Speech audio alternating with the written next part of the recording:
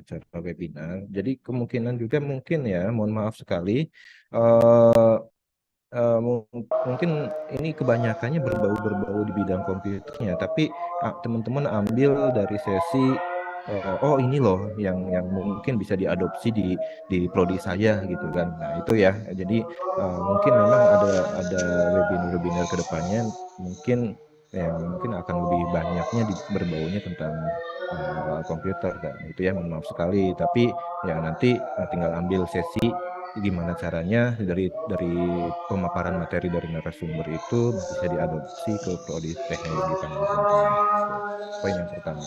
Poin yang kedua, ya, saya mau share informasi dulu biar teman-teman ada ancang-ancang dari sekarang. Sebetulnya ini boleh dikerjakan dari sekarang, tapi ini saya belum belum ini ya belum memberikan kelompok ya. Nanti kelompoknya saya akan tentukan sendiri berdasarkan dari aplikasi ya, aplikasi. Jadi si aplikasi ini bisa membuat random nama-nama kelompok gitu ya. Jadi saya tidak mempunyai kewenangan si A harus berpasangan si B, si C harus berpasangan dengan si D, enggak gitu. Nanti ini by aplikasi untuk merandom nama-nama kelompoknya. Nah, saya untuk sesi ini hanya mau memaparkan apa sih kisi-kisi ya, kisi-kisi untuk nanti teman-teman bisa bisa apa ya, bisa prepare dari sekarang. Oke, yang pertama kisi-kisinya adalah eh, UTS ya, UTS. UTS teman-teman itu ini apa sih harus mengerjakan eh, jadi UTS dan UAS di MKTTD itu nggak ada pilihan berganda dan nggak ada esai gitu ya teman-teman. Nah, jadi di MKTTD ini by project ya, by project penilaiannya. Nah, untuk UTS projectnya adalah untuk membuat video ya, untuk membuat video yang nanti tentu temanya berkaitan dengan prodi teman-teman gitu ya, berkaitan dengan prodi teman-teman teknologi pangan gitu kayak gimana tuh. Nah, videonya ya apa sih? Video singkat ya, video singkat mengenai ya apalah yang bisa diangkat di dalam video tersebut yang bersangkutan dengan teknologi pangan gitu. Itu untuk UTS ya. Itu untuk UTS. Dan untuk UAS, untuk UTS membuat video. Untuk UAS itu adalah aduh saya kok ngeblank. Untuk UAS 1, 2, 3 saya ngeblank. Oh, untuk UAS kalian harus membuat webinar. Untuk UAS kalian harus membuat webinar ya. Webinarnya bertemakan dengan teknologi pangan. Terserah apakah ya pokoknya nggak tahu lah yang saya pahami mungkin ya inovasi-inovasi yang yang ada berkaitan dengan teknologi pangan itu seperti apa. Contohnya penanganan limbah, kulit pisang, apa atau apa-apalah gitu terserah ya. Yang penting berkaitan dengan teknologi pangan. Nah, contohnya, contoh webinar, kok apa sih bukan contoh webinar ya? Eh, Apa sih hal yang perlu dilakukan adalah seperti yang saya lakukan pada saat webinar yang kemarin itu, gitu ya. Jadi mulai dari sebetulnya eh, apa ya? Dalam tahap pertama itu kalian mengundang narasumber ya, mengundang narasumber. Nah, narasumbernya terserah ke teman-teman apakah praktisi atau dosen gitu kan ya. Praktisi atau dosen. Nanti kalian broadcast ya untuk mengundang peserta atau audiens mulai dari kalangan mahasiswa teman-teman gitu ataupun mahasiswa di luar Untirta, di luar prodi gitu ya. Silahkan ya gimana caranya webinar itu mengundang banyak orang gitu ya di webinar online itu ya gitu. Itu eh terus setelah mendapatkan narasumber, teman-teman sudah deal-dealan nih sama si narasumber mulai dari hari dan jamnya gitu kan. Nanti teman-teman baru membuat flyer ya, membuat flyer untuk dipublish di media sosial, di status teman-teman gitu kan dan sebagainya. Gimana caranya info-info webinar ini bisa tersampaikan ke para audiens di luar sana gitu ya. Nah, setelah itu baru pelaksanaan pelaksanaan webinar tuh ya, pelaksanaan webinar. gitu. Nah, nanti di situ kita kasih sertifikat ya, sertifikat peserta, sertifikat panitia, sertifikat apa sih narasumber gitu ya. Gitu. Nah, itu ya tahapan yang pertama adalah apa sih apa sih kontak narasumber, lakukan deal-dealan untuk hari dan jamnya. Terus kedua, membuat flyer dan sebarkan flyer webinar itu. Yang ketiga adalah pelaksanaan webinarnya. Itu adalah tiga tahapan yang untuk pelaksanaan teknis di webinar ya, teman-teman. Nah, untuk kelompoknya sebetulnya ini ya maksimal itu 5 orang, teman-teman. Maksimal itu 5 orang, gitu. Maksimal 5 orang di ini ya di setiap kelompoknya.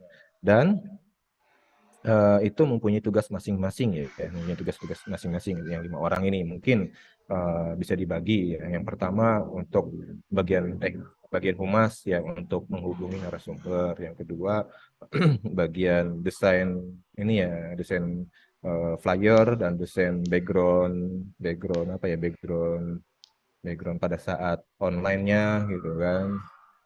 Terus yang ketiga adalah menyusun acara gitu ya. Nah, dari 5 orang ini ya mudah-mudahan dari 3 divisi itu bisa menyusun acara. Terus yang keempat adalah bertanggung jawab untuk ini ya, untuk sertifikat online-nya gitu. Nah, itu ya dari kegiatan webinar itu silahkan aja dibagi divisi-divisinya.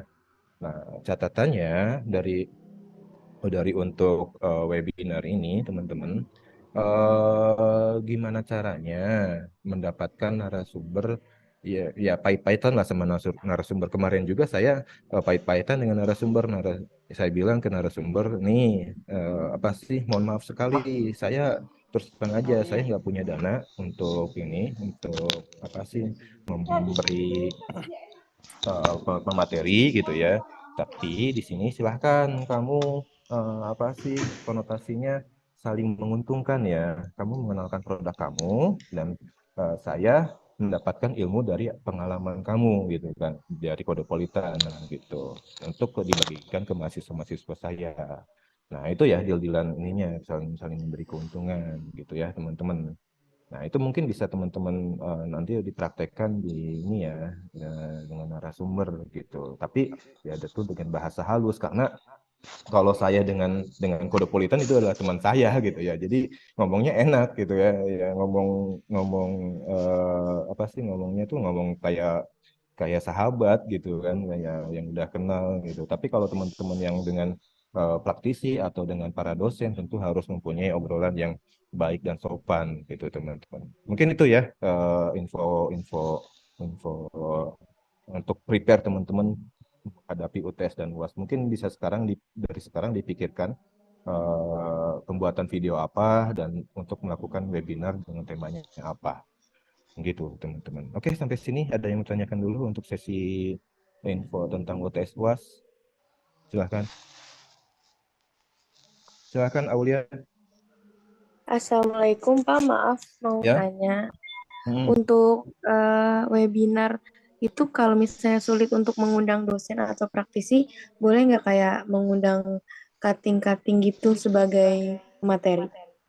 Oh, boleh, boleh, boleh. Silahkan, silahkan. Nggak apa-apa, nggak apa-apa. Yang penting di situ ada apa sih? Ada hal ya, bukan ada hal, bukan ada goal ya, ada output yang bisa dimanfaatkan oleh peserta gitu ya. Nah, itu ya intinya. Ada manfaat yang bisa dicerna oleh para audiens gitu, teman-teman. Jadi yang tentu tentu harus ada ini ya, tentu harus berkaitan dengan teknologi pangan. Contohnya misalkan tadi ya penanggulangan limbah limbah kulit pisang. Berarti kan goalnya gimana caranya kulit pisang ini yang tadinya disebutkan menjadi limbah, tapi bisa dimanfaatkan gitu ya si kulit pisang tersebut. Nah, tentu kan ada proses, ada input, ada proses dan ada output. Inputnya adalah kulit pisang gitu ya. Kulit pisang adalah limbah. Prosesnya gimana caranya kulit pisang ini tidak bisa apa sih tidak menjadi limbah. Outputnya adalah suatu produk ya, produk hasil dari pemrosesan limbah kulit pisang itu. Nah, itu ya contoh-contoh ininya ya, contoh yang bisa diharapkan untuk di webinar nanti. Ada lagi teman-teman? Terima kasih, Pak. Oke, silahkan. Muhammad Jamuluddin, silahkan. Muhammad Assalamualaikum Jamuluddin. Pak, izin bertanya. Nah, oh ya, Mm-mm. kenalan dulu Pak, nama saya Jamaluddin dari kelas 1D. Mau bertanya Pak Ya. tentang video yang jadi bahan buat UTS. Itu Mm-mm. temanya apa Pak? Atau bebas Pak? Yang penting tentang teknologi pangan. Ya, Atau yang harus mm. dikaitkan dengan TTD atau enggak Pak? Oh, ah, ini ya harus berkaitan dengan teknologi pangan ya. Contohnya misalkan kayak gini. Kalau di bidang komputer, contohnya apa sih? Kalau di bidang komputer kan perakitan, katakanlah perakitan komputer. Nah, gimana caranya tuh proses perakitan dari nol sampai si komputer itu bisa menyala. Itu divideokan gitu. Jadi tata caranya gitu ya. Yang pertama adalah misalkan siapkan Masih terus. apa sih, siapkan casingnya dari anu dulu. Oh, nggak bisa. Oke, siapkan casing. Yang pertama casing komputer, terus yang kedua misalkan siapkan motherboard, siapkan power supply. Nah itu ya, di dalam video itu adalah tahapan-tahapan untuk gimana caranya merakit komputer gitu. Nah mungkin nanti di teknologi pangan sajiannya bakal bakal berbeda gitu ya. Contoh misalkan ya tadi study closesnya apa sih, proses limbah kulit pisang gitu ya. Nah, gimana caranya tuh kulit pisang yang tadinya disebutkan limbah menjadi ini gitu, jadi produk yang bisa dimanfaatkan. Mungkin bisa seperti itu teman-teman. Gitu. Baik Pak, terima kasih. Oke. Ada lagi yang mau ditanyakan untuk masalah UTS BAS? Cukup? Oke, cukup dipahami ya. Jadi kemungkinan minggu depan akan saya bagikan kelompoknya ya, gitu. Kelompoknya minggu depan mudah-mudahan eh, bisa terrealisasi. Mudah-mudahan saya nggak lupa.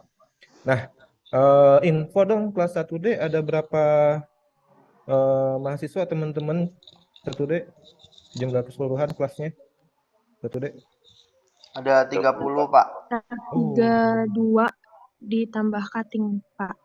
oh, oke. Banyak juga ya. Soalnya kelas 1D itu presensinya saya minta ke PJ-nya untuk menuliskan nama-nama teman-temannya ya, 32 itu sama kakak tingkatnya supaya saya bisa ini apa sih membagi kelompoknya gitu. Baik, Baik, itu Pak. ya terima kasih. Baik, itu mungkin info info sebelum memasuki materi. Sekarang kita hayuk sama-sama kita membahas diskusi tentang materi pertemuan yang ini ya, karena memang kemarin kita kepake ya minggu pertemuan kedua, maka kita padatkan sekarang itu adalah membahas tentang chapter 2 dan 3 ya, teman-teman. Oke, kita akan membuka, saya akan share screen chapter 2. Oke, di layar teman-teman telah hadir di layar handphone atau di layar laptop teman-teman. Ini adalah chapter 2, teman-teman. Kita akan membahas tentang connecting and communicating LAN. Ya. Oke.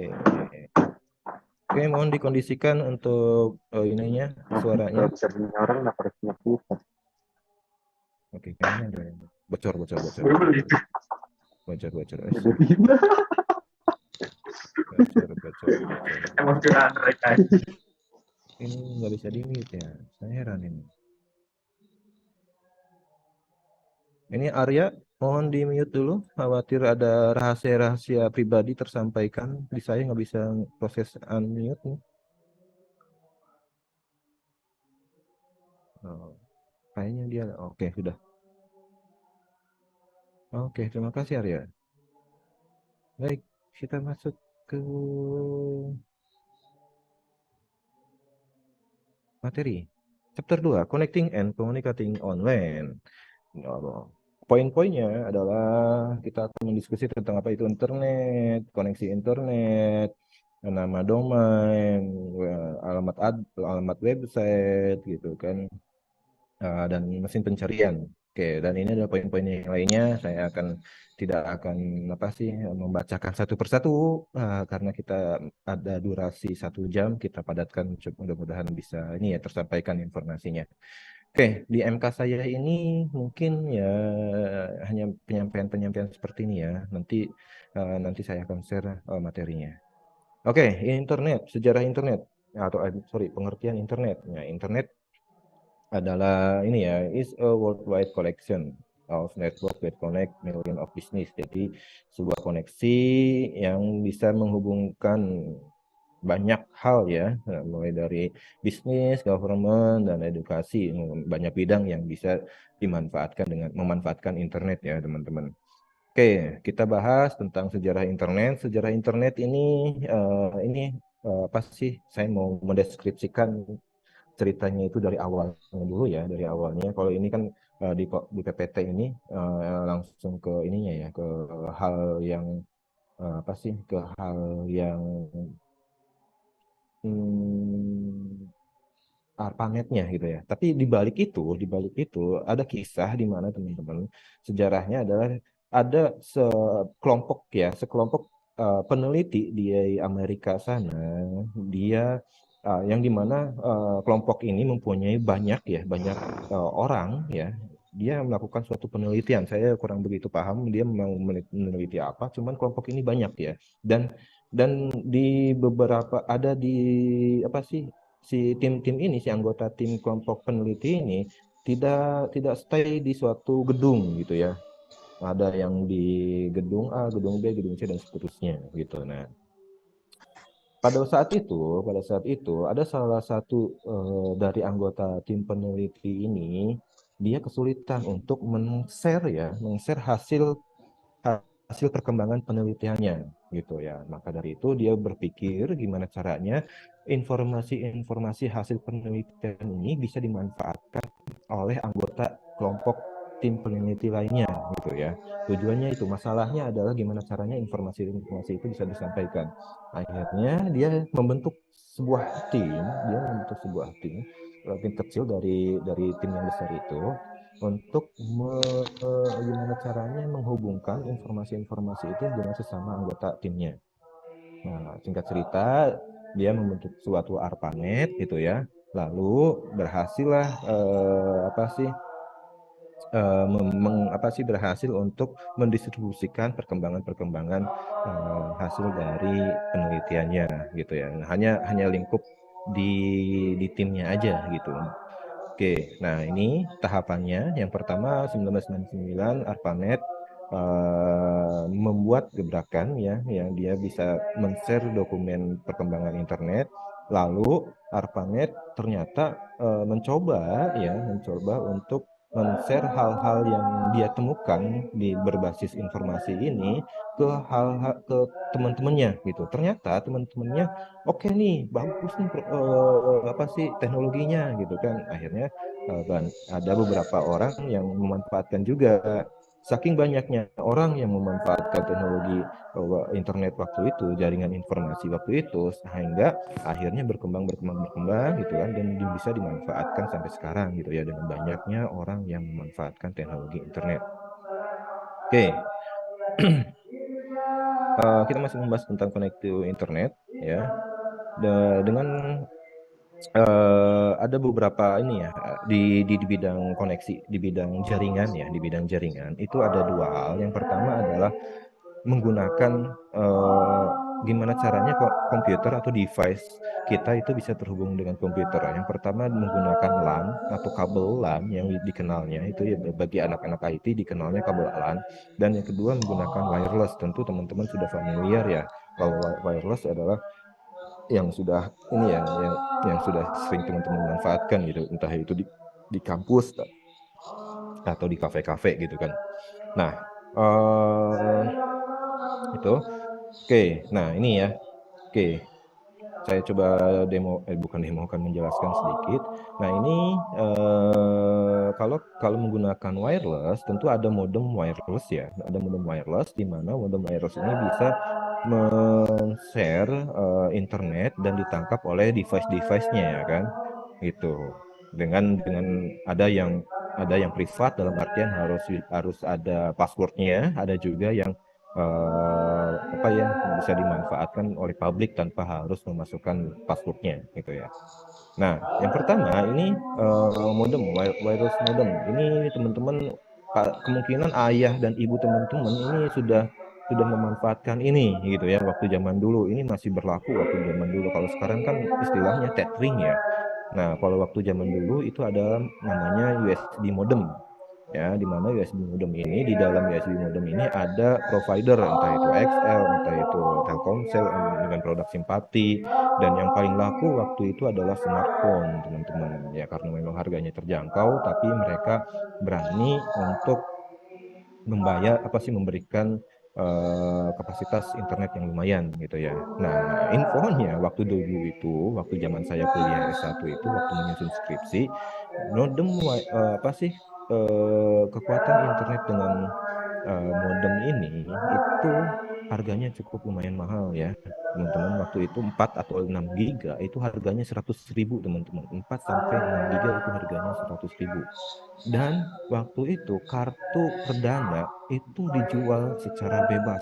Jadi kayak beli kacang goreng waktu itu, kartu perdana itu. Habis kuota, buang. Habis kuota, buang gitu kan. Waktu zaman dulu itu. Kalau sekarang kan beda lagi gitu kan ya. Kalau waktu dulu itu memang harga internetnya lagi mahal-mahalnya, tapi harga providernya begitu murah gitu. Nah, itu ada beberapa ini ya. Yang kedua adalah pakai ini ya, jaringan LAN. Nah, kabel LAN. Nah, ini kabel LAN ya. Kabel LAN itu kalau bisa teman-teman lihat, saya akan contohkan. Oke, kayaknya harus share screen-nya harus full screen. Oke, nah, ini aja deh. Langsung screen aja deh. Oke.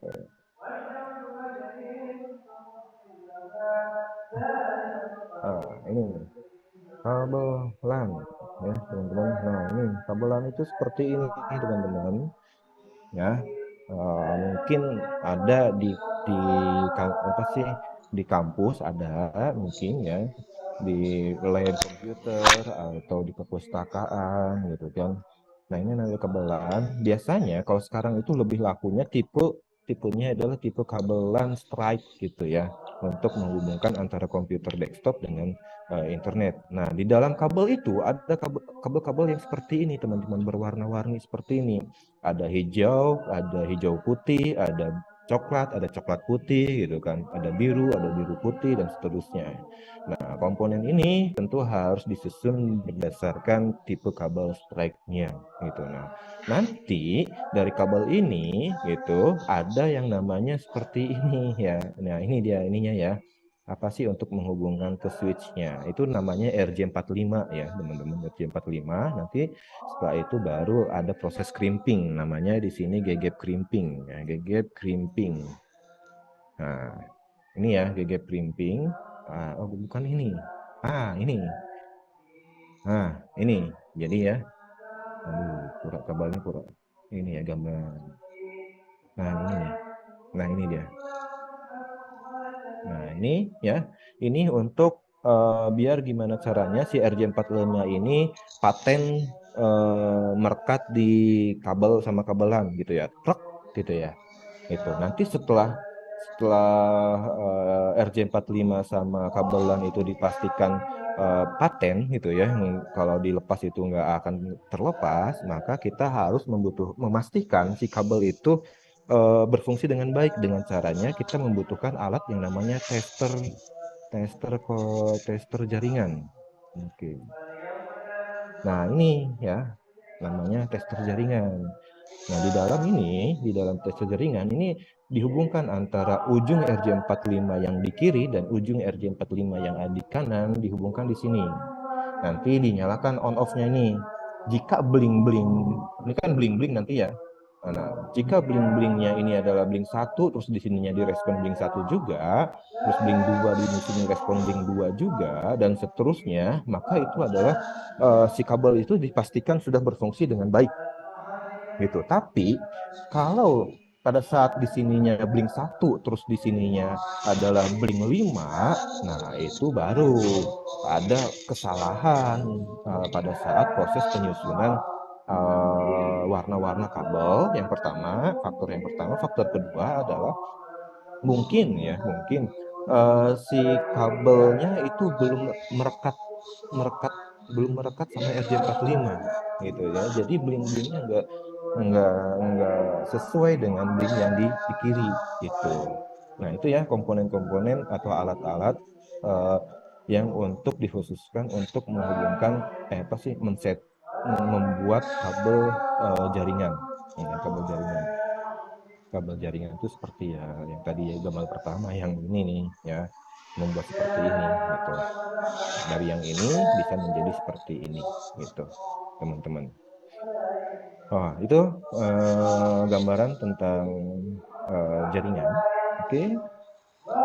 Berikutnya ini wireless adalah pakai kabel ya, wireless. Ini saya langsung skip aja. Nah, kalau yang ini tentang hotspot, tentu teman-teman sudah familiar ya. Nah, yang namanya tethering. Cuman saya mau menginfokan sedikit untuk masalah tethering ini. Ada beberapa hal yang perlu diperhatikan. Kalau di handphone saya kurang begitu tahu ya. Biasanya kan kita kalau di handphone itu satu atau sampai dua orang ya yang bisa pasti kita tetheringkan biasanya ya.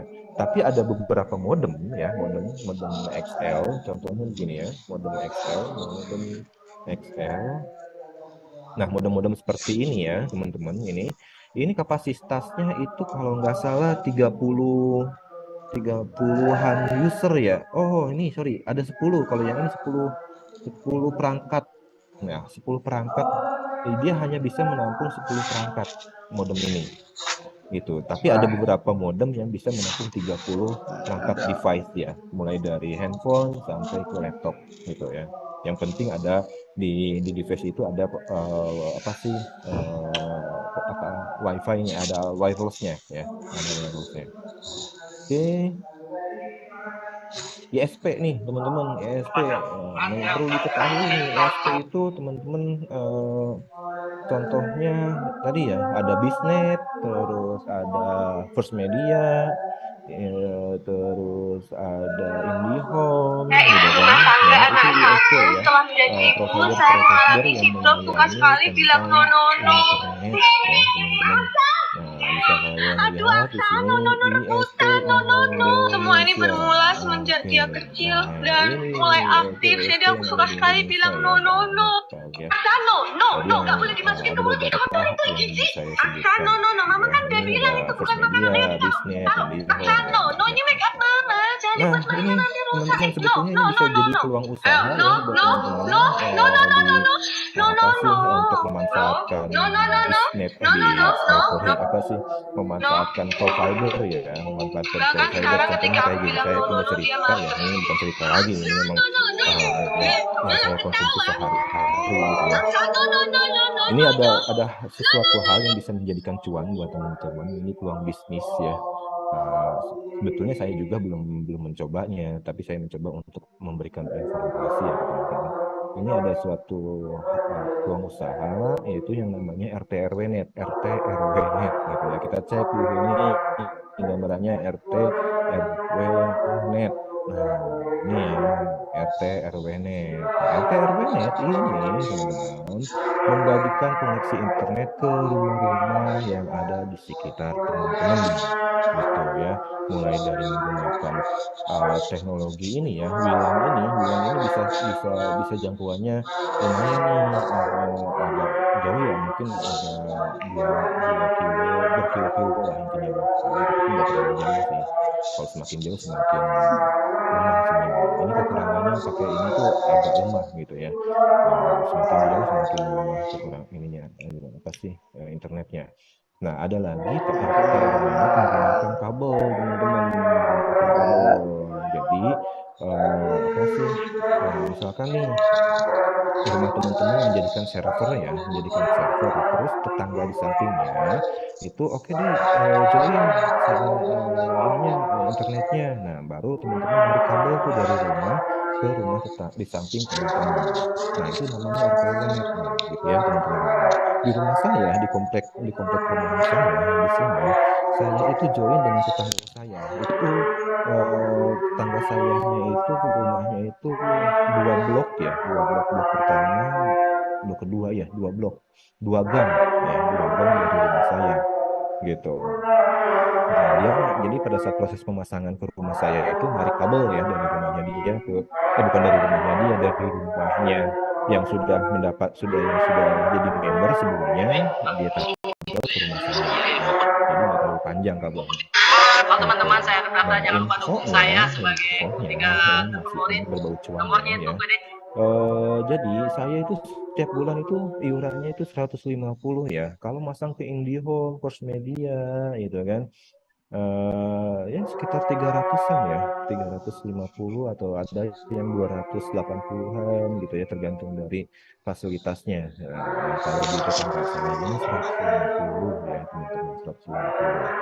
Nah, dia ini sudah mempunyai member kurang lebih ada 35 rumah. Pasif income teman-teman kalau dikalkulasikan 35 rumah dikali 150 itu kemungkinan 4.500.000 per bulan yang masuk ke dompetnya dia, ke dompet tetangga saya itu gitu kan, 4.500.000. Nah, konteksnya jadi konteks awalnya itu banyak sekali provider ISP yang menawarkan mau bikin usaha nggak nih gitu kan. Oke, gimana caranya? Bapak beli beli kuota ke kita, nanti kita kasih jatah ke Bapak. Contohnya kayak gini, saya mau beli 10 giga alokasikan ke rumah saya, 10 giga gitu ya, 10 giga alokasikan ke rumah saya, set gitu, 10 giga kecepatan internet ya ke rumah saya. Nanti dari rumah saya share ke tetangga-tetangga saya. Si A akan jatah 10 Mbps, si B akan mendapatkan jatah 20 Mbps, si C akan mendapatkan jatah 10 Mbps. Nah, itu dia dibagi gitu ya. Nah, itu 10 juta itu waktu zaman saya kuliah dulu itu 10 juta itu kurang lebih 10 jutaan ya per tahun itu. Kurang lebih ya kalau nggak salah gitu. Sebetulnya. Kalau sekarang kurang tahu nih berapa nih. Waktu dulu tuh saya masih ingat itu kurang lebih 10 jutaan gitu, 10 giga gitu. Nah, Jadi itu kayak ingat. nah itu ya bisa menjadi teman-teman ya mungkin ya bisa didalami lagi lah info-infonya ini, soalnya saya kurang up to date untuk sekarang. Nah, untuk hal lainnya ada lagi nih WiFi koin, teman-teman. WiFi koin nih, WiFi koin. Ya, jadi ini apa sih unit usaha yang ada kemungkinan bisa diamuk oleh tetangga-tetangga. Jadi para anak-anaknya sering nongkrong di rumah kalian, gitu kan, main Mobile Legends dan sebagainya, gitu kan, dengan hanya cukup uang sekitar 500.000 sampai 1.000 ya, 500 rupiah per 30 menit, ada yang 1.000 rupiah per 1 jam. Nah, itu ya. Jadi poin-poinnya dimasukin ke situ, nanti dia akan mendapatkan akses untuk mendapatkan WiFi koin ini, gitu ya. Cuman ya tadi mungkin ya ada beberapa orang tua yang merasa keberatan dan anaknya terlalu lama di nongkrong di rumah teman-teman gitu ya. Nah, itu kalau mau membuka unit bisnis, tapi kalau memang masih bisa dikondisikan, apa salahnya ya membuat unit bisnis seperti ini, teman-teman. Gitu ya. Lumayan lah ini berapa ya WiFi koin ini? Kita cek harganya di Lazada. WiFi koin harganya 2.450.000 ya. 2.450.000 ya, bisa kan tutup modal beberapa bulan gitu ya, kalau memang banyak bocil yang datang gitu. Oke ya. Oke, next slide berikutnya. Nah, ini adalah tahapan-tahapan untuk gimana caranya komputer kalian itu bisa mengakses suatu internet. Yang pertama tentu ada request ya, permintaan dari si device melalui jadi ada inputan dari si user dengan perangkat device-nya, lalu tekan enter, maka si komputer akan menuju ke alamat yang diinginkan oleh si user gitu. Nah, setelah itu si server merespon dan akan mengirimkan data-data informasi ya ke layar user gitu ya, entah itu berupa website ataupun email gitu. Oke, ada hal yang menariknya lainnya. Seperti ini hal yang menariknya adalah teman-teman. Jadi di kita mengunjungi facebook.com, google.com itu sebetulnya itu adalah cuma lapisan penutup untuk menutupi IP address teman-teman, untuk menutupi IP address. Nah, IP address itu apa? IP address itu yang angka-angka ini loh teman-teman, IP address itu. Nah, ada lagi yang namanya domain. Domain itu google.com. Ini adalah yang menutupi IP address. Kenapa ditutupi, Pak? Karena kalau IP address di publish ya, IP address website kalian, IP address web server website kalian itu akan rentan serangan hacker, teman-teman. Akan rentan kena serangan hacker. Itu serangan empuk lah kalau kita mendapatkan IP public dari suatu website gitu ya. Itu untuk diserang gitu. Jadi makanya itu ditutupi dengan nama domain ini. Nah, selain itu juga, selain berfungsi untuk menutupi IP address, itu juga untuk membuat si user mudah diingat. Coba bayangkan kalau teman-teman Google misalkan domain ini dihapus aja dulu, kita hapus, tutup aja si Google ini ya, kita tutup ini itu kita tutup, kita coret. Oke, kalian cuma disodorkan untuk menghafal angka-angka ini gitu ya. Tentu kan kalian pasti akan kesulitan untuk menghafal angka-angka ini jika kalian mau mengunjungi Google gitu kan ya. Agak kurang sinkron dengan otak kita kalau kita menghafal suatu angka gitu ya. Tapi beda halnya kalau si angka-angka ini kita rubah menjadi suatu huruf yang mudah diingat gitu ya. Maka dari itu ada beberapa perusahaan-perusahaan yang berani membayar nama domain yang mudah diingat gitu ya. Contohnya seperti ini ya, google.com, facebook.com gitu kan, Instagram, terus apa lagi, Gmail gitu kan, dan seterusnya. Nah, itu adalah domain-domain yang mudah diingat ya. untirta.ac.id dan seterusnya gitu ya. Nah, itu adalah nama domain ya teman-teman, itu adalah nama domain. Nah, ada istilahnya seperti ini teman-teman. Ada istilahnya di dunia bidang IT, itu adalah domain dan hosting teman-teman. Domain dan hosting ya. Jadi ini domain dan hosting ya, itu perlu teman-teman ketahui. Domain itu yang tadi saya jelaskan ya, Oke, domain itu yang tadi saya jelaskan. Nah, kalau hosting itu adalah servernya. Di mana server itu mempunyai alamatnya yang mana ya? Nah, itu alamatnya IP address itu, gitu ya. Jadi itu adalah istilah dari domain dan hosting. Contohnya misalkan, saya sederhanakan ya. Di kehidupan kita. Misalkan teman-teman nih disuruh sama ayah dan ibunya gitu ya, tolong belikan beras di toko Hajah Tuti ya. Nah, Hajah Tuti itu adalah nama domain teman-teman, nama toko yang mudah diingat oleh para konsumen. Hajah Tuti adalah toko beras gitu ya. Nah, di balik nama brand Hajah Tuti itu ada yang namanya alamat ruko. Ya, alamat ruko. Nah, alamat ruko itu adalah servernya, teman-teman. Di mana di dalam server itu ada beras, gitu ya. Ada list harga dan sebagainya, gitu ya. Coba bayangkan kalau toko tersebut dibobol, gitu kan, maka diambillah beras-beras itu. Nah, itulah hacker itu berperilakunya seperti itu, gitu ya. Cari dulu alamatnya, IP address, IP publiknya. Jika sudah dapat IP publiknya, ambil barang-barang yang ada di dalam toko itu ya.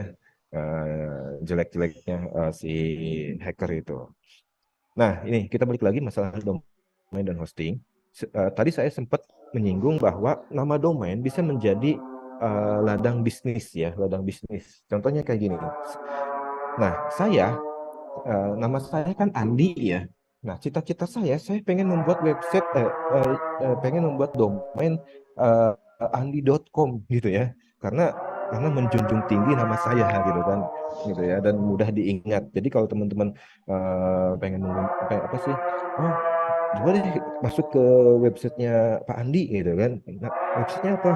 andi.com. Nah, kan langsung ini kan enak gitu kan penyampaiannya karena mudah diingat gitu kan. Nah, ada bisnis yang namanya membeli domain gitu ya. Misalkan contoh kayak gini, andi.com. Kita cek dulu ada nggak nih namanya andi.com gitu ya. Cek dulu.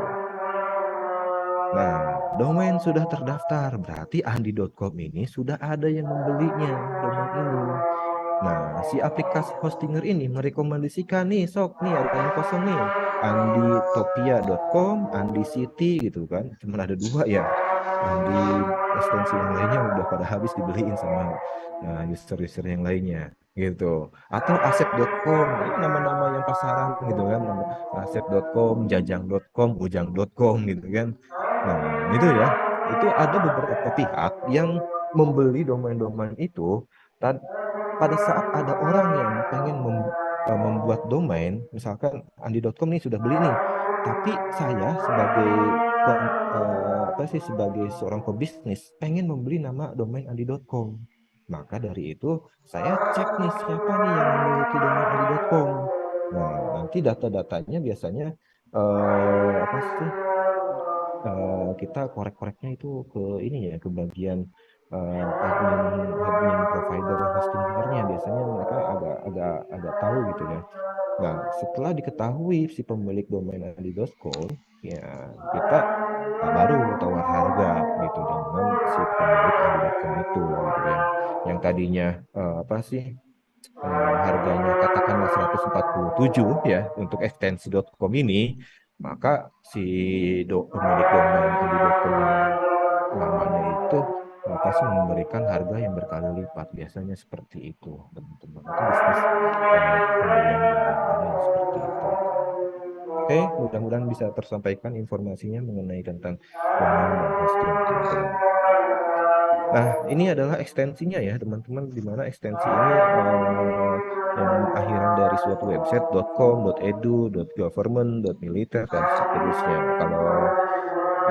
Nah, catatannya ada beberapa ekstensi domain yang hanya cuma untuk proses mendapatkannya itu cuma hanya KTP dan biaya registrasi gitu ya, biaya booking seperti yang tadi saya tunjukkan, biaya kayak gini gitu ya.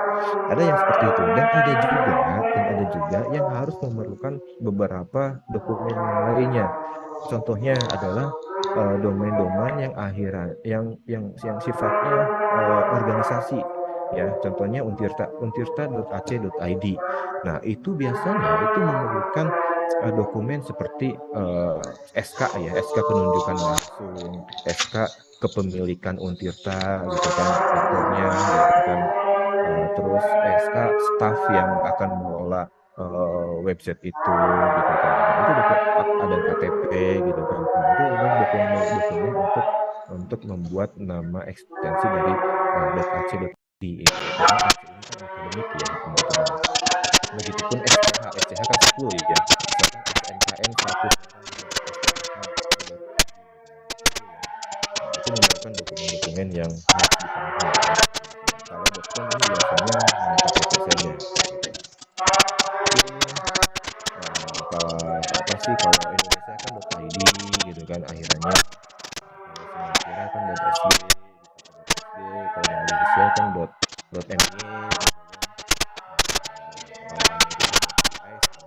Banyak ya ekstensi. Nah, itulah ekstensi yang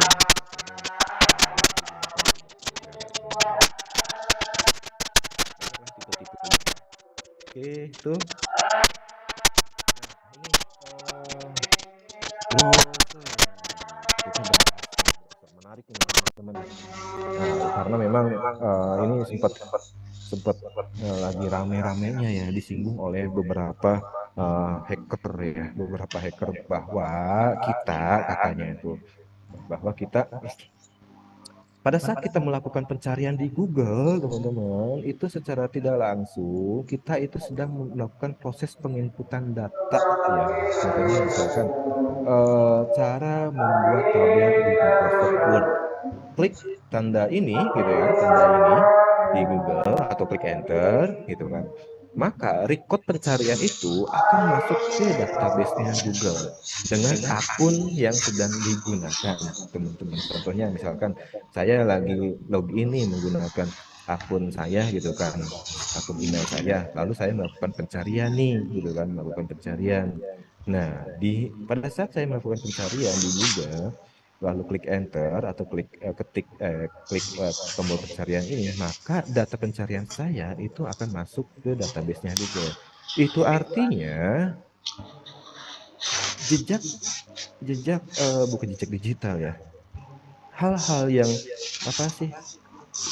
Karakter jadi karakteristik kita itu sudah direkam oleh Google ya teman-teman ya, mulai dari hobi, terus si Andi ini sering melakukan pencarian apa, sering mengunjungi situs apa gitu kan, dan sebagainya, itu semuanya sudah masuk dan dirangkum oleh Google ya, sudah pokoknya Google ini sudah punya database-nya lah gitu kan, punya database-nya setiap user gitu.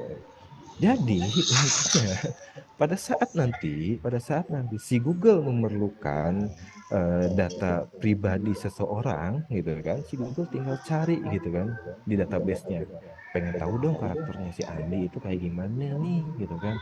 Oh ternyata si Andi ini dia sudah melakukan pencarian tentang ini. Oh berarti karakternya dia itu adalah ini. Berarti kelemahannya adalah ini. Nah, itu Google bisa menyimpulkan hal-hal seperti itu, sampai ke hal seperti itu. Nah, coba kita bayangkan jika itu terjadi pada saat Perang Dunia Ketiga, teman-teman. Pada saat Perang Dunia Ketiga, di mana Google ini mempunyai database-nya dan masyarakat Indonesia sering kali berkunjung ke Google begitu kan, maka data-data masyarakat Indonesia itu semuanya masuk ke database Google gitu ya. Jadi kalau Indonesia macam-macam sama Amerika, tinggal cek siapa nih tokoh berpengaruh di Indonesia. Misalkan si Andi ini tokoh berpengaruh di Indonesia, ini orangnya pandai menghasut atau menyemangati masyarakat Indonesia untuk berperang gitu kan. Jadi kita nanti dicek nih sama si Google nih. Oh ternyata si Andi ini pernah melakukan seperti ini di internet nih. Oh maka kelemahannya adalah ini. Nah, kan datanya sudah semuanya terangkum di Google gitu kan. Maka si militer Amerika tuh udah langsung, oh berarti kelemahannya si Andi itu ini gitu kan. Seperti itu. Nah itu ya. Jadi data-data kita itu sudah masuk ke sana semua gitu. Nah, beda halnya kita balik lagi nih, beda halnya kenapa sih Amerika agak kurang ini ya, agak kurang berani mengusik Rusia, mengusik China gitu kan. Ada beberapa hal. Salah satu halnya adalah di Rusia dan di China itu search engine-nya itu tidak menggunakan Google, teman-teman. Search engine-nya tidak menggunakan Google. Kita cek mesin pencarian Rusia.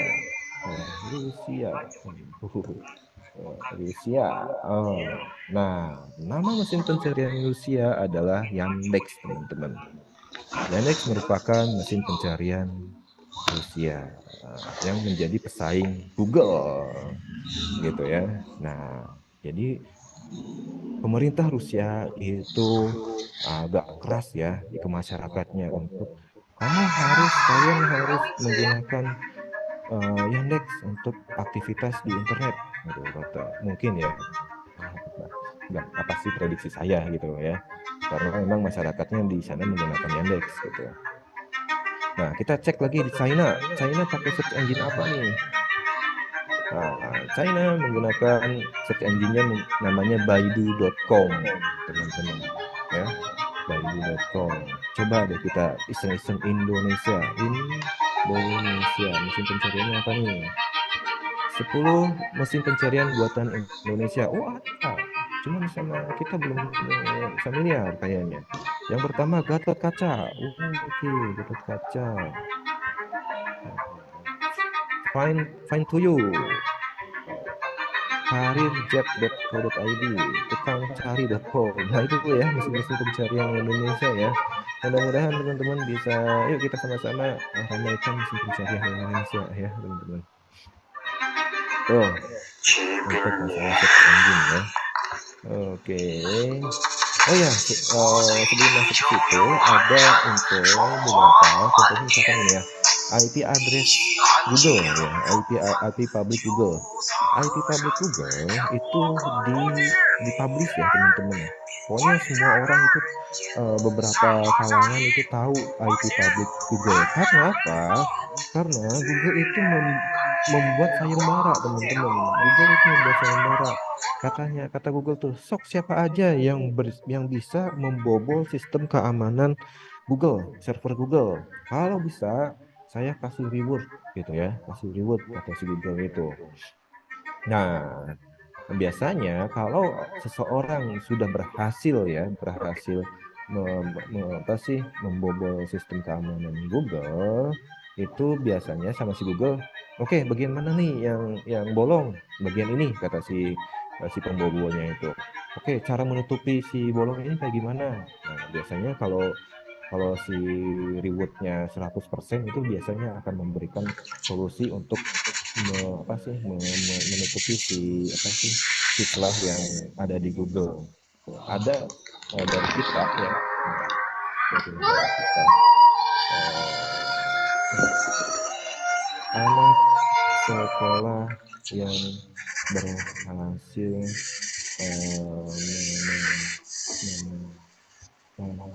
celah Google. Nah, ini pemuda asal Ungaran, Kabupaten Semarang, bernama Abdullah Muzakir. Ini masih hangat ya, 7 Maret 2023 nih. Berhasil menemukan celah keamanan di Google hingga berujung mendapatkan 5.000 US dollar. Itu rewardnya ya, dari SMKN 8 Semarang. Gitu. Oke, itu ya sekilas kita aja dulu. Oke, selanjutnya ini World Wide Web ini adalah teman-teman yang sudah jadi protokol untuk menyalurkan dokumen ya teman-teman, dokumen tentang isi dari sebuah domain gitu, teman-teman, seperti itu. Oke, ini browser ya, browser sekarang sudah berevolusi semakin baik, semakin mensajikan ke si user untuk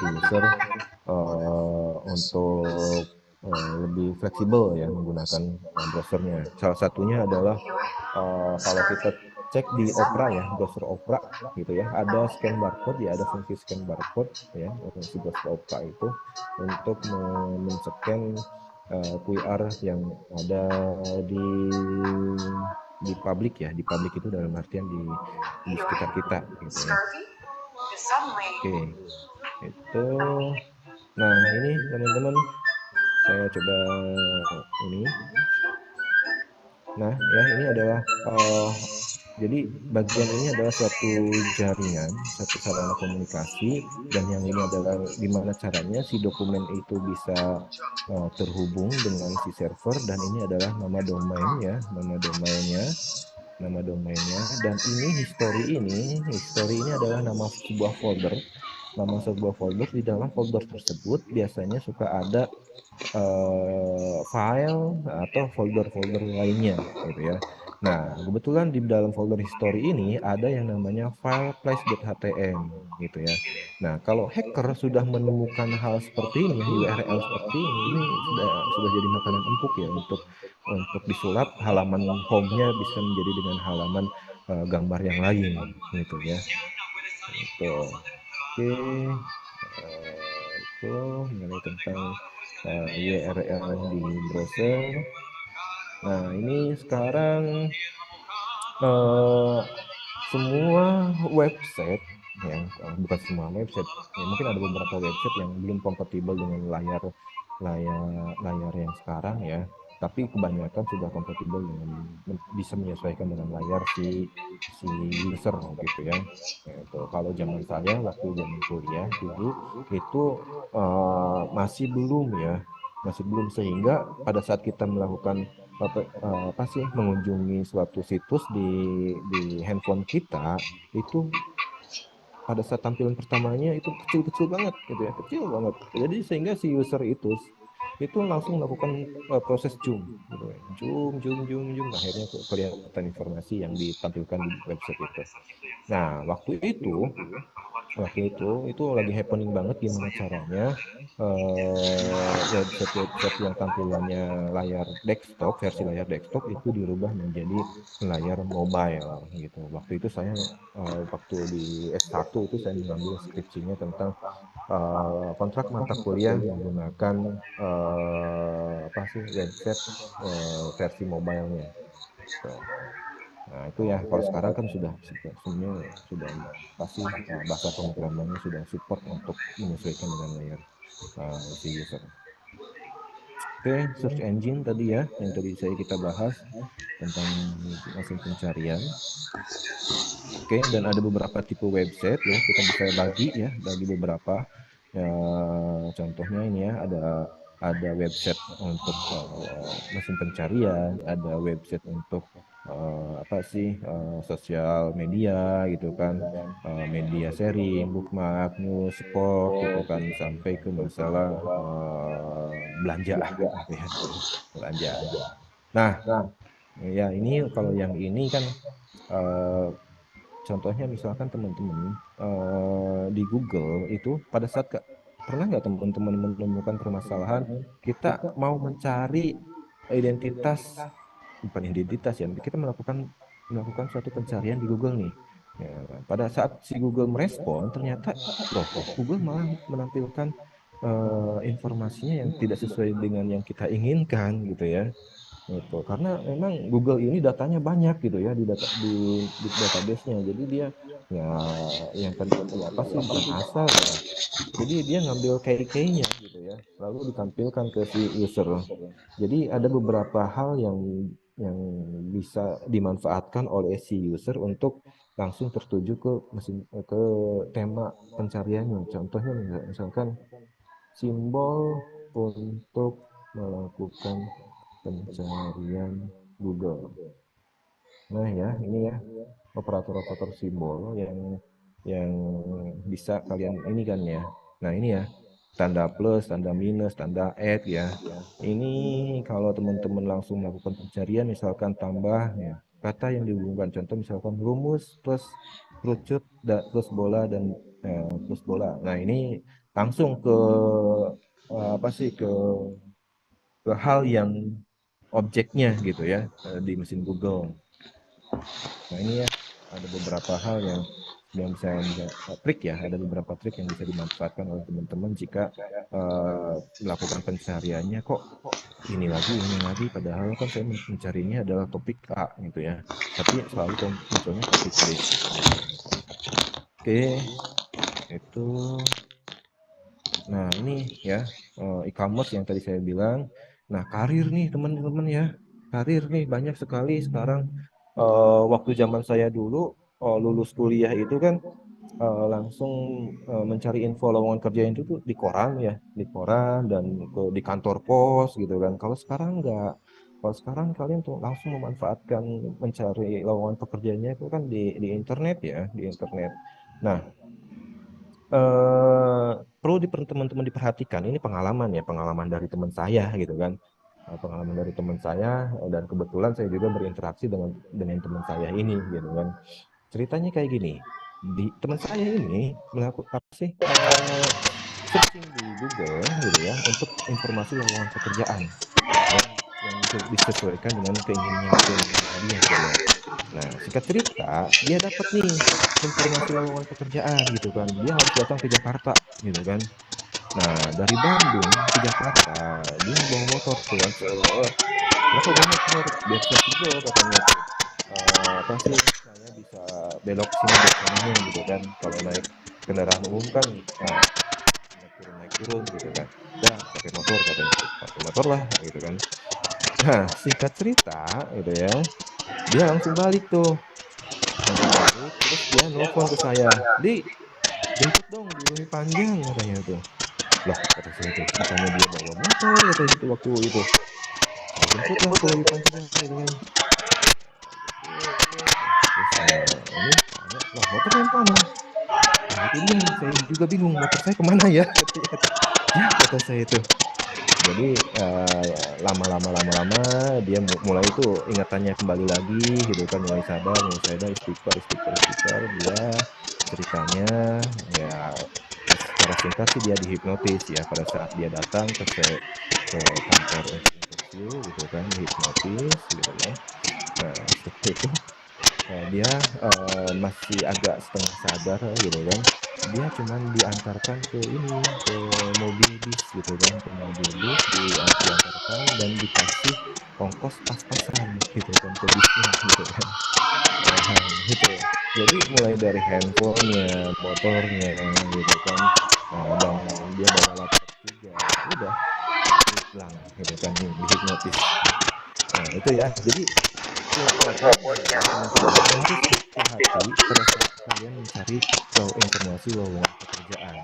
Nah pada saat kalian mencari lowongan pekerjaan, kalian harus cek ya, mulai dari apa sih, kantornya di mana, alamat websitenya kayak gimana gitu kan, profil perusahaannya seperti apa, dicek. Kalau memang sudah meyakinkan, ya udah kalian tinggal apply lamaran tersebut. Jika ada panggilan nanti langsung berangkat gitu kan. Ya gitu ya, inti dari apa sih slide bunda ini. Aduh, beberapa menit lagi nih, kita masih banyak waktu halaman. Oke, saya ngambil poin-poinnya aja. Nah ini ya tahapan-tahapan dalam membuat website ya, dalam membuat website. Yang pertama, plan the website ya. Jadi di kalangan orang IT itu dalam untuk membuat suatu aplikasi itu ada 4 tahapan ya. Yang pertama analisis, yang kedua desain, yang ketiga adalah pemrograman, yang keempat adalah apa sih, implementasi, yang kelima adalah maintenance gitu ya. Ada 5 tahapan. Nah, kalau di pembuatan, nah biasanya seperti ini kurang lebihnya ya kalau pembuatan. Nah, biasanya kalau tahapan plan the website atau plan the aplikasi ini kita melakukan observasi dan wawancara klien gitu kan. Jadi kita cek kebutuhan sistem yang diinginkan oleh si klien itu maunya seperti apa gitu. Nah biasanya ini hal poin-poinnya itu yang sering ditanyakan adalah misalkan ya contohnya ini apa sih, apa ya, kebutuhan. Jadi ditanya apa sih biasanya kayak gini, ini aplikasi ini nantinya bakal dimanfaatkan oleh siapa Ibu gitu kan, biasanya pertanyaan itu muncul. Nanti si konsumen menjawab, ini si aplikasi ini akan dimanfaatkan oleh anak-anak tingkat SMA misalkan kayak gitu. Nah, kita sebagai sistem aplikasi kita harus mencoba membuat apa sih,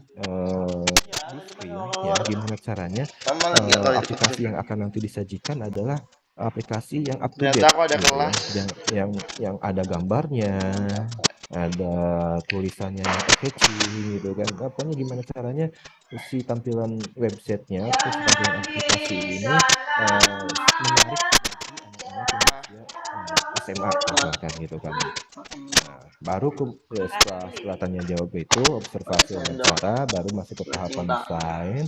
Nah di tahapan desain kita harus memahami tentang si perusahaan.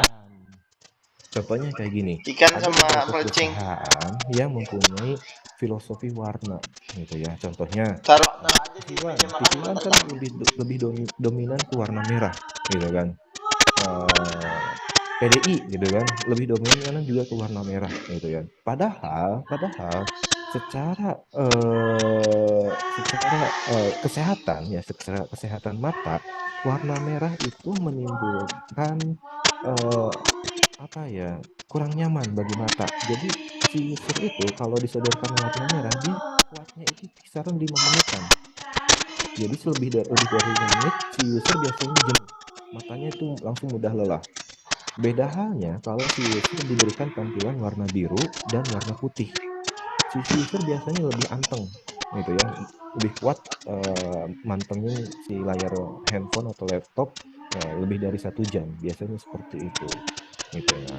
Nah, tapi dibalik itu kita juga harus menyesuaikan gitu kan dengan keinginan si klien. Pak, kami mempunyai filosofi warna merah nih, gimana caranya warna merah ini bisa nyaman bagi si user. Biasanya seperti itu. Oke, nah, Ayam sama ikan dah. nah ini ya grafik, animasi, Hah? audio dan video biasanya Terserah ada mama. di Iya website gitu terserah ya. mama. Cuman tentu ini Taruh situ adalah aja mah. ada Meja. faktor-faktor yang membuat si website itu loadingnya lama gitu ya. Ini koneksinya stabil nih, tapi pada saat kita mengunjungi situs website itu loadingnya minta lama gitu ya, lamanya minta ampun gitu ya. Nah, sebabnya adalah ya ini gitu ya, ada grafik, ada animasi, audio dan video dan seterusnya gitu ya. Contohnya kalau teman-teman mengunjungi detik.com gitu kan, Tribun News itu agak lumayan memakan waktu dan menguras kuota ya, lumayan lama itu mengakses detik.com sama Tribun News itu. Oke, nih tentu kita sebagai ini harus mempertimbangkan hal-hal seperti ini ya, kombinasi warna, tampilan dan sebagainya. Tentu juga informasi-informasinya jangan bertele-tele, langsung ke poinnya. Oke, apalagi nih? Nah, ini apa sih, ada sentuhan animasi boleh, tapi gimana caranya si animasi ini tidak membuat si website kita berat gitu ya. Itu juga menggunakan audio atau video juga boleh gitu kan. Visualisasi ini biasanya digigim gitu kan ya. Oke, Biar nah ngadem ini dulu. lagi email.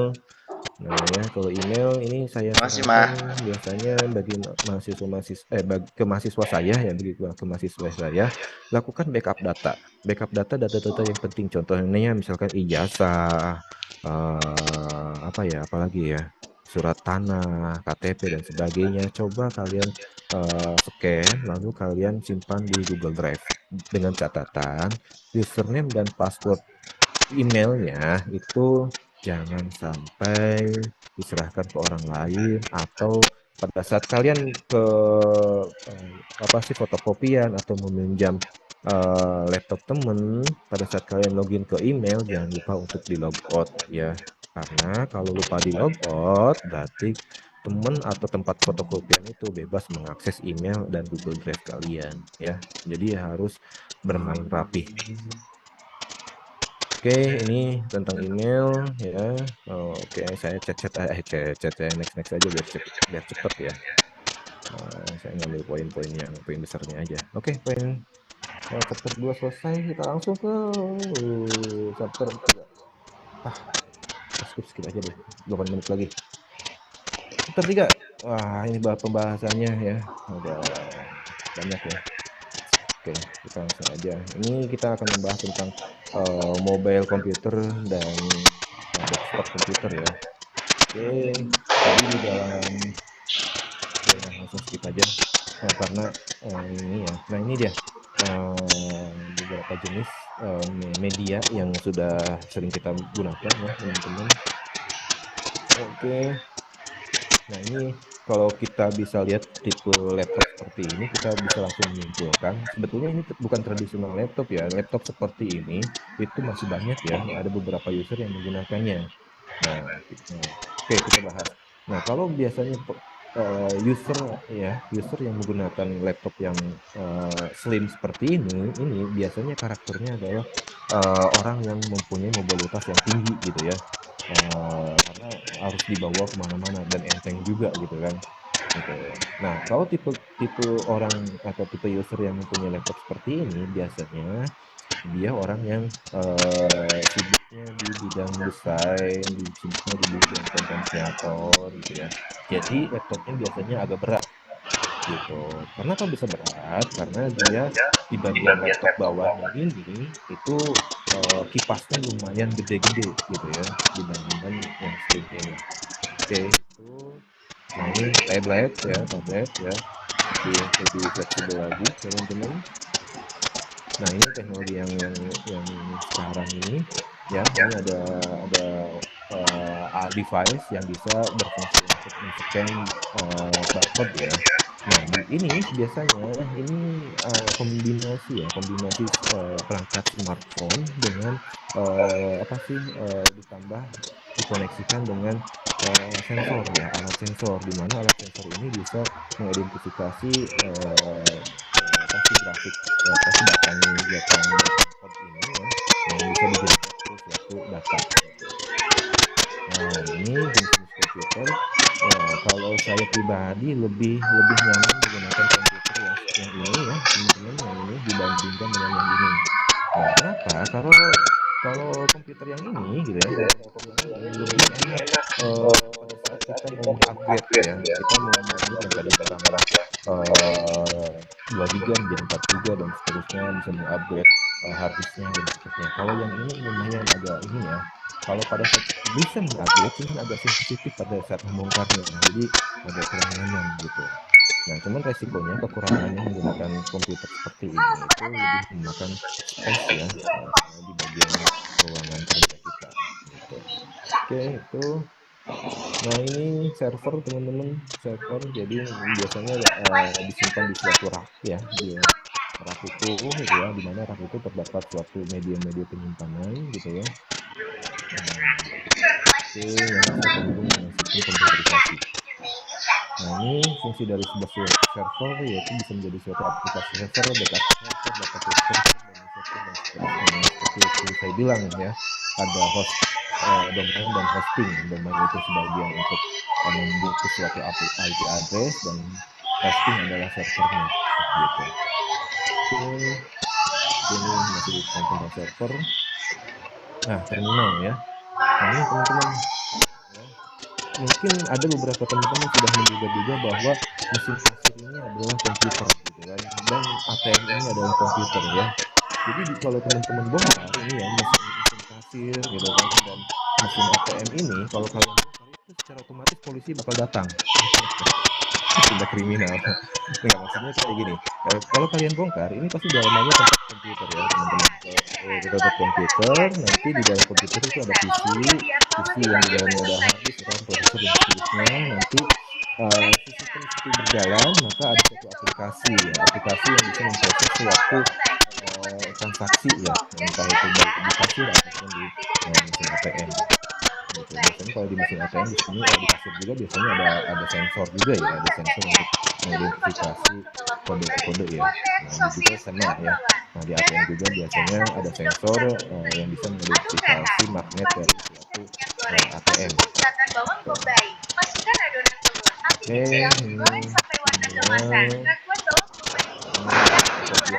komputer adalah kumpulan dari beberapa sensor ya, banyak ya. Cloud computing ini lagi happening banget, namanya cloud computing ya. Saya punya pengalaman di mana pada saat waktu itu saya mau melakukan presentasi di luar kota gitu ya, tapi saya mau bawa laptop gitu ya. Jadi saya biasanya mengupload PPT presentasi saya ke Google Drive gitu ya. Nanti pada saat saya datang ke tempat presentasi, saya tinggal minta panitia, tolong dong saya pinjam laptop gitu kan, dengan akses internet. Nah, ya itu mudah aja gitu kan. Nah itulah mudahnya menggunakan memanfaatkan internet ya teman-teman. Oke, mobile device, smartphone. Nah ini beberapa smartphone untuk kita sering memanfaatkannya setiap hari. Oke, ini layanannya ini untuk mobile device yang bisa video gambar ya, tentu pasti selalu menggunakannya ya, untuk selfie. Nah ini ya, jadi gambar yang teman-teman lihat di suatu layar itu sebetulnya adalah pixel ya teman-teman, pixel gitu ya, berupa titik-titik yang bisa membentuk suatu objek. Nah, ini ya teman-teman, media hiburan ya, media hiburan. Saya menggunakan ini ya teman-teman, saya menggunakan ini. Kenapa saya menggunakan Semi ini? gap. Karena supaya handphone saya fokus untuk kerja, Semi menerima gap year. telepon, ya, membalas WA Siapa? dan seterusnya, ya. Jadi media hiburan saya ya ini MP4 gitu ya, MP4. Jadi nggak ada istilah apa sih penyesalan Gitu maksudnya. gara-gara kita asik apa sih memanfaatkan handphone kita dengan media hiburan, lalu baterainya cepat habis, gitu ya. Jadi harus dibagi menurut saya ya, menurut saya harus dibagi karena apa sih untuk meminimalisir si baterai handphone kita cepat habis gitu ya. Kalau media hiburan ya kita beli apa sih device untuk media hiburan khusus gitu ya teman-teman. Oke. Nah, ini Gak tahu gua. analog sudah ini ya, sudah resmi dihentikan. Sekarangnya mulai menggunakan televisi ya, televisi yang sudah apa sih namanya, itulah pokoknya namanya. Apaan maksudnya Ya, itu? jadi ada box Android ya, box TV Android ya. Kalau sebenarnya kok Lu nanya gimana? masih Semi bisa gap gitu, year? tapi ada suatu Semi gap device year yang sih namanya box apa? TV Android gitu ya, yang untuk membantu bisa menangkap TV lokal. Kok bisa sih ya? Ini ya kalau teman-teman Semi gap year ya? Ya udah yang yang pernah nonton namanya aslinya. Harry Potter ya, Harry Potter, di mana Iya di situ sama kayak gap year lah. ada adegan apa sih Semi gap year orang berarti yang membaca koran, setengah-setengah. terus si gambar Paham korannya nggak itu lu? bergerak gitu ya. Baru di Nah, pertengahan sekarang tahun kita ya gap year-nya. sedang Gitu. ada di dimensi itu ya. Kita di mana kita bisa membaca koran, tapi si gambarnya bisa bergerak gitu ya dengan menggunakan tab seperti ini gitu ya, ataupun Lu gap year handphone kita. sejati. Oke, ini device. Saya masih lanjut lah ini. Lanjut, ini ya kita bisa menggunakan perangkat beberapa perangkat juga ya untuk ini ya, untuk Apa? kendaraan. Oke, next. Konektor ya teman-teman, ya, ini bisa dimanfaatkan Iya. oleh teman-teman mulai dari proses pengiriman data dan seterusnya. sambil kuliah? Ada nggak yang USB port, berarti ini kan gap year tuh nggak selamanya WiFi, ini nganggur? perangkat Gap year itu ya. maksudnya Oke, sudah verifikasi. bukan Oke. lulusan Nah, fresh. ini Paham nggak? teman-teman UPS ini bisa Ya menyimpan iyalah gap daya year ya, kalau menyimpan nggak daya kuliah listrik. nggak kerja Jadi namanya kalau nganggur. teman-teman mati lampu di rumah ada Lu lulus kamar kan? teman-teman ada UPS seperti ini, Gap year itu itu bukan menganggur artinya. bisa menghindari Gap year si itu laptop kita sudah rusak nggak terlebih, fresh. karena dia Paham nggak lu? ada space Yang nggak fresh. 5 menit untuk men-shutdown si komputer kita, komputernya. Beda halnya kalau Ya laptop gitu udah nggak fresh. ada baterainya ya gitu. Tapi Misalnya kalau tahun ini, komputer tahun desktop kemarin lu wajib lulus. menggunakan ini ya, mungkin gunakan Ya. untuk Habis itu lu meminimalisir kuliah. hardware rusak di kala Habis itu lu ada kuliah. mati lampu. Nah itu Karena namanya gap memang salah year. satu faktor hardware rusak itu Karena adalah mati lampu. enggak, lu tahun kemarin lulus. Oke. Ya. Nah, ini teman-teman Terus bagi sekarang kalian yang masih ini muda, namanya mungkin gap memang year belum kalau lu merasakan kuliah. yang namanya sakit pinggang, Kalau lu kuliahnya dan baru belum sekarang itu namanya merasakan gap year. Kalau lu kerjanya baru sekarang matanya namanya gap year. Gap year kurang sambil jelas kerja, gitu ya gap year sambil untuk kuliah, saat ini gitu ya, mungkin bukan beberapa teman-teman. nganggur. Tapi saran saya ya teman-teman, saran saya, menurut saya juga bagian dari korbannya, saya biasanya menggunakan pas waktu kuliah, saya mengerjakan segala tugas itu menggunakan komputer di meja yang lesehan, teman-teman, di meja yang lesehan ya, tanpa ada kursi gitu ya. Nah, ini saran saya sebaiknya seperti ini ya, Oh seperti gitu. ini. Kalaupun memang tidak seperti di gambar yang ini, teman-teman bikin suatu aturan sendiri gitu ya, dengan dibantu dengan handphone. Di situ kalian setting alarm di handphone kalian 1,5 jam. Ya nggak tahu sih kalau pemahaman gua gitu. 1,5 jam itu harus bunyi handphone kalian. Untuk tujuannya apa? Tujuannya untuk mengingatkan supaya teman-teman Udah gua lagi ada kelasnya. gerakan ya, pada saat Masih kalian lah. di depan komputer, kita setting handphone kita untuk berbunyi alarm Sampai setiap setengah 1 10. jam. Pada saat handphone Sampai kita setengah 10. berbunyi, kita langsung berdiri gitu ya. Kita berdiri, lalu kita langsung gerakan badan kita gitu kan, ke kiri ke kanan, terus gerakan kaki kita gitu kan, ya jalan-jalan kecil lah gitu kan. Cukup 5 menit, itu setelah 5 menit dirasa beres, baru kita melanjutkan tugas kita gitu ya, tugas untuk menyelesaikan tugas kuliah atau proyek Salam. gitu ya, saran saya ya. Banyak. Karena memang Mic-nya sekarang lagi udah kemarin kayak gitu ya. kemarin itu ada berita Iya, bahwa ntar ada tak satu tempatin deh. karyawan yang dimana karyawan tersebut mengetik ya 2 jam lebih sehingga otot-otot tangannya Hilang. itu mulai terasa ada gangguan gitu ya, kram dan sebagainya gitu. Ya kalau udah dipakai jangan langsung dicabut ya itunya, kabel powernya. Kita sudah sampai kesimpulan teman-teman. Oh, oke lah. Gitu. Sorry, ada tugas ya, ada tugas di chapter 3 ada tugas. Nah, ini tugasnya nanti saya share ke teman-teman. Saya mau menjelaskan sedikit. Oke, buatlah website berbasis blog ya. Buatlah website berbasis blog. Blognya mau versi Blogspot atau WordPress silahkan. Cuman saya sarankan menggunakan WordPress ya, teman-teman. Saya sarankan menggunakan WordPress. Kenapa menggunakan WordPress? Karena teman-teman, website untirta.ac.id ini menggunakan WordPress, teman-teman. Menggunakan WordPress dan UI juga UI. Nah, website UI juga ini menggunakan WordPress, teman-teman. Menggunakan WordPress ya. Jadi, kalau teman-teman sudah belajar WordPress dari sekarang, ya secara otomatis kalian sudah mempunyai peluang menjadi seorang admin web gitu, teman-teman ya. Jadi teman-teman bisa saya rekomendasikan silahkan menggunakan WordPress ya. Nah, alamatnya apa Pak? Alamatnya adalah wordpress.com. Bukan artikan. Nah, ini ya, silahkan kalian registrasi gitu ya. Dia siapa mau Di tahu? sini lalu membuat akun Dia dan baru temanku waktu daftar website UIN.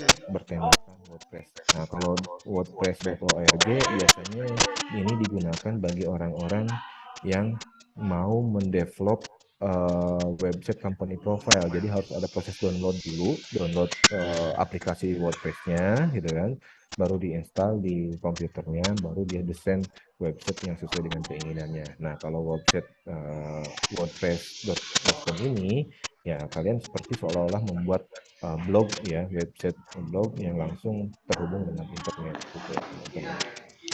Oke, itu tugasnya dan temanya ya.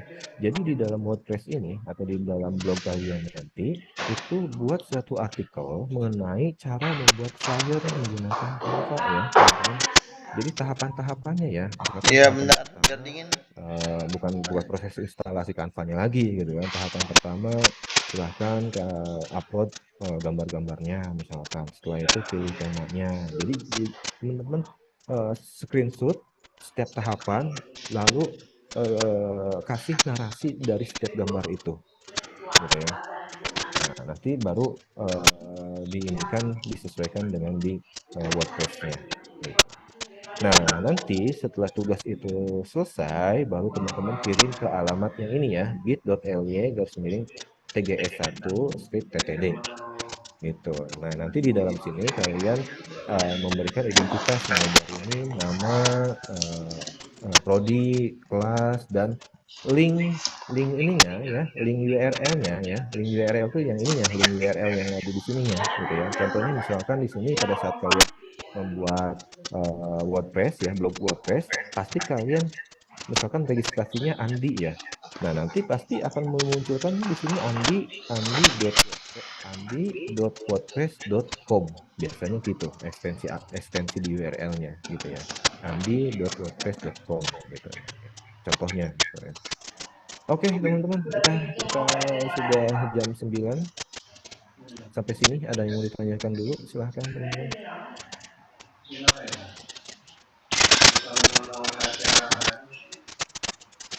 Silakan Bapak.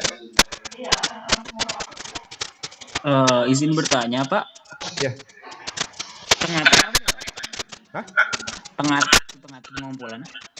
Pengumpulannya deadline Iya.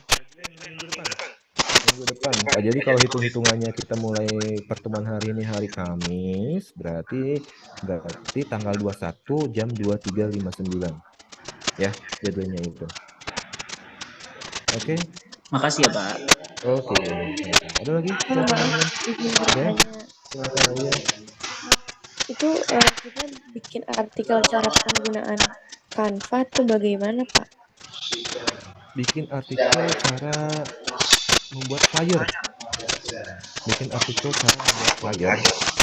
Bekal kalian pada saat nanti mau membuat event webinar ya, gitu ya. Silahkan. Jadi tahapan dalam membuat flyer itu seperti apa?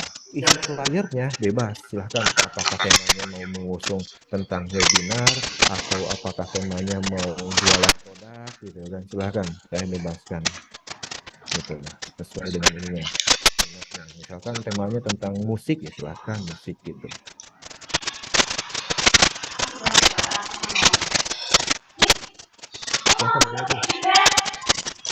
Terima kasih, Pak.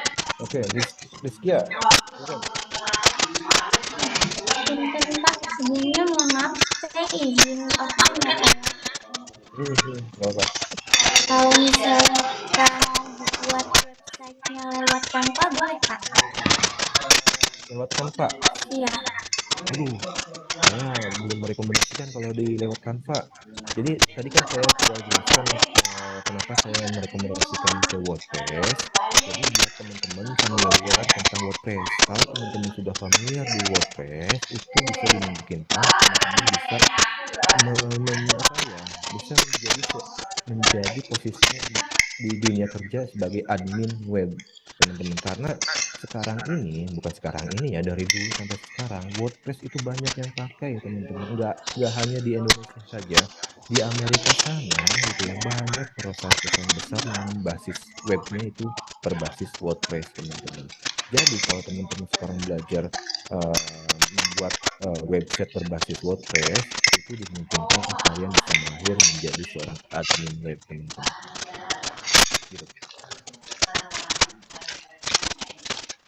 Oke, ada lagi? Cukup ya? Oke, jika kalau memang cukup untuk kode presensi, nanti saya akan share ke grup PJ-nya ya. Untuk presensi saya akan share ke setiap ke PJ-nya. Terima kasih teman-teman atas kehadirannya. Semoga sehat selalu. Saya akhiri. Sekian. Mohon maaf jika ada kesalahan. Sekian. Assalamualaikum warahmatullahi wabarakatuh. Waalaikumsalam warahmatullahi wabarakatuh. Selamat malam. Terima kasih, Pak. Terima kasih teman-teman.